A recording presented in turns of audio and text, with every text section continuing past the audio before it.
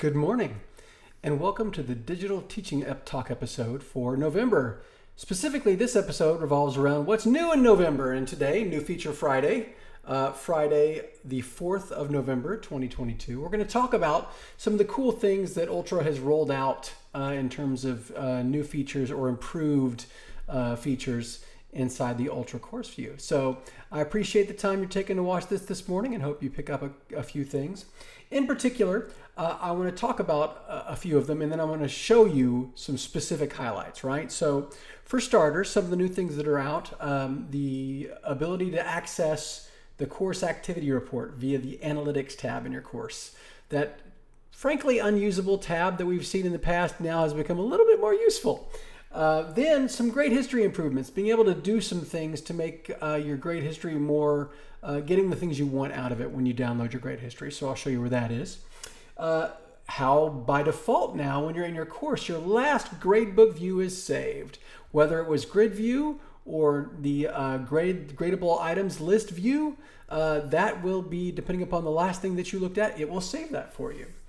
The enhanced students grades overview, they've actually surfaced some important features when you're looking at one individual student, and I'll show you that in practice. Beyond that, we also have some pretty cool other things going on, right? One of those is when you upgrade from an original course to an Ultra course, your banner now will make it across and be shown. They fixed it where it made it across, but it didn't show on default. Now it will. Beyond that, the much awaited hotspot question. Yay! It's phase one, meaning it's only going to get bigger and better, but it's still there, which is exciting. Then an added bonus of page breaks in tests and assignments. Something that you can do now in the Ultra environment.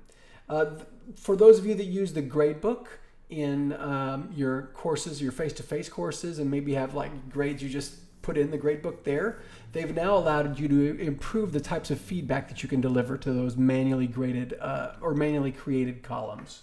So there's some good news there. And then lastly, one of the other features that they have is that now in your message view on the Ultra-based navigation, it gives you the exact number of messages per course when you look at your courses. So that's another bonus. We're going to talk about a couple of these, and actually I'll walk you through them. But I wanted you to know that that's there. So with that being said, let's go ahead and get to looking at some of these things. So right now we're inside just a course in the Ultra environment, and we're going to start by hitting that test, because I think those are some of the things that you are most interested in, right? The page breaks and the hotspots. So I already have a test here that I'm going to access. So I'm going to click on that test.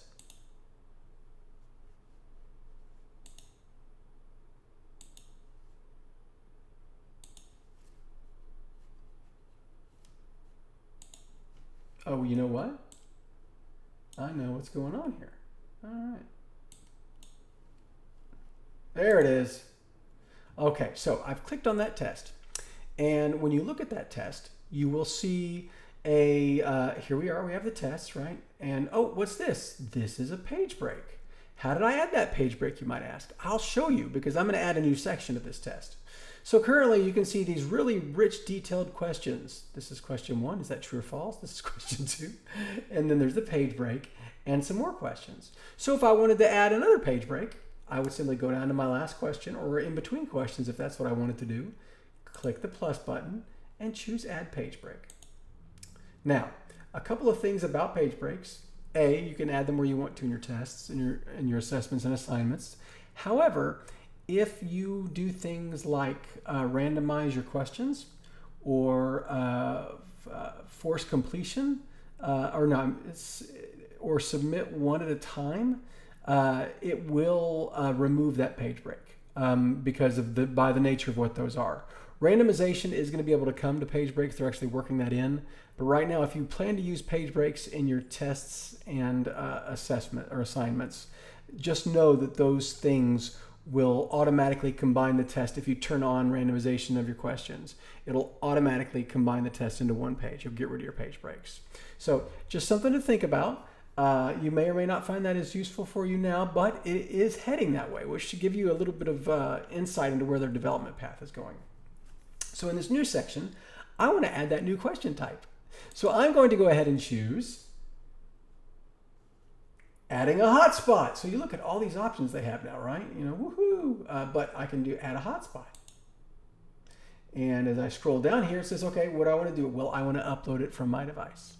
So I'm going to choose upload. I'm going to find the picture I want to use and hit open. It then places that picture inside the test for me. And then it's up to me as the instructor to add hotspots. So now I simply use my check mark and hit this add hotspot checkbox, and it will then create that nice little box. Now, the box, this is version 1 of this particular tool, so it takes a little bit of work, but I already know what to do here, so I'm going to go ahead and make my image so to where this shows up right on top of Houston, right? So my first hotspot is going to be on top of Houston. Then I want to do a second hotspot on top of Amarillo, right? So how do I go about doing that? I come back here, click the add a hotspot button again. It adds a second hotspot. Hooray, huzzah! And then I can come back this way and boom, I have made a second hotspot for Amarillo. And now I could do a description for each of these if I wanted to. I don't have to. I'm going to select both of them because I want both of them to be able to be chosen in this particular question, and that's fine. And then I'm going to come down and double check that I've got everything here. Okay, that's selected. Yeah, okay. Oh, I need to come up and type my question. So here's the question. Please point out on the map Houston and Amarillo. So I've done that. My save button is now available. I can hit save and it's there. Now I'm going to show you what all this looks like for your students so you kind of get that view too, right? You're not just thinking about it from the instructor view. So there's my hotspot question. I'm going to hit my X here, and then I'm going to go to my student preview.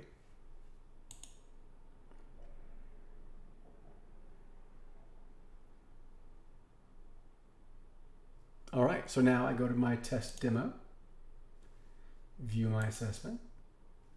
You're going to note now that it's added some page navigation at the bottom of the test for your students so they can easily navigate from page to page. Here's page 1, go to page 2, right? And then my hotspot question, remember, was page 3.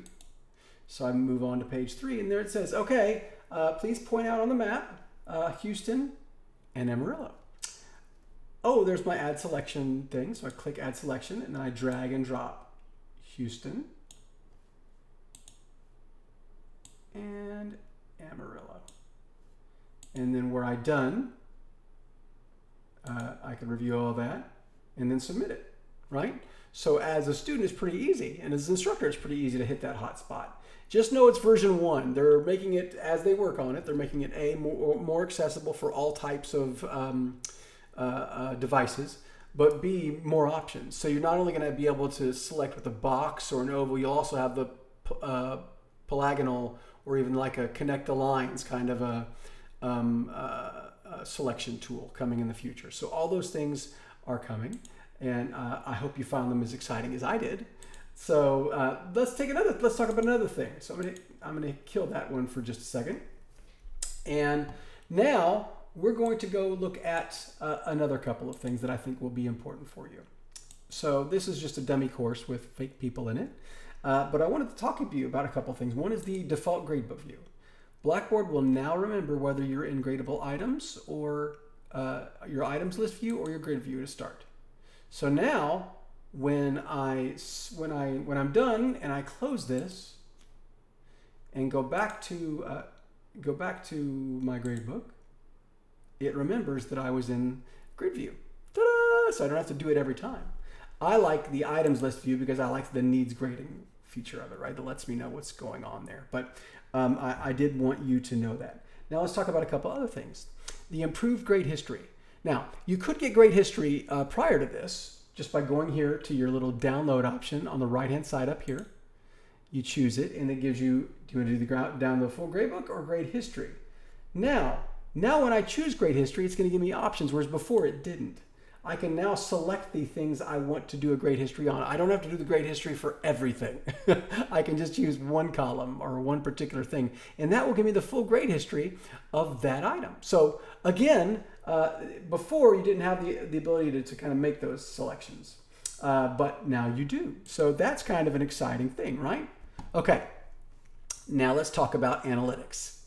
Analytics, right here, this last tab on when you land in the course, your course content tab is where all your content is, your calendar, discussions, gradebook, messages, and then analytics. When I click on analytics, it will take me to this page here that starts me out with course activity.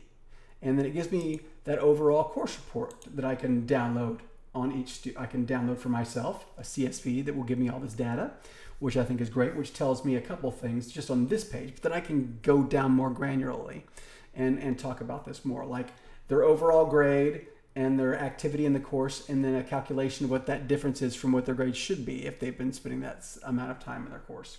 Now, we're going to take it one more step further and look at an individual inside this course.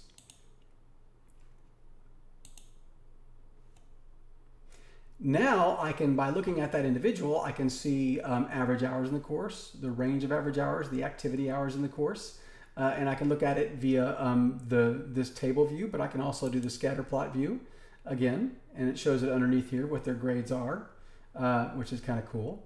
But then I can also download it, right? Want to show you one other thing that I think is kind of neat, and that is the Improved Student Grades Overview. So what do I mean by that? So from the gradebook, I can go to students. So here I am in my student view. I can click on somebody in this course. So I'll click on Jessica Davis, for instance. Keep in mind that this course was a dummy course that was uploaded. But one of the things I wanted to show you is that it's added some things to this overall view it didn't have before. Right on top, it tells me the last access date. So I can immediately get a feel for when the student has last accessed. Then accommodations, I can send a message, student activity, all these things surface right at the top, whereas before I kind of had to dig to get to them. Then I can click on student activity, and it takes me right to Jessica's activity, right to each day, how much time she spent in the course, what's going on. So that I found is pretty darn cool, right? So again, these are November's changes. There are some nice ones coming in December, and I'll tell you one that you can look forward to. Course links are making a comeback. You're actually going to be able to, inside of a folder or a learning module, put a link to somewhere else in your course.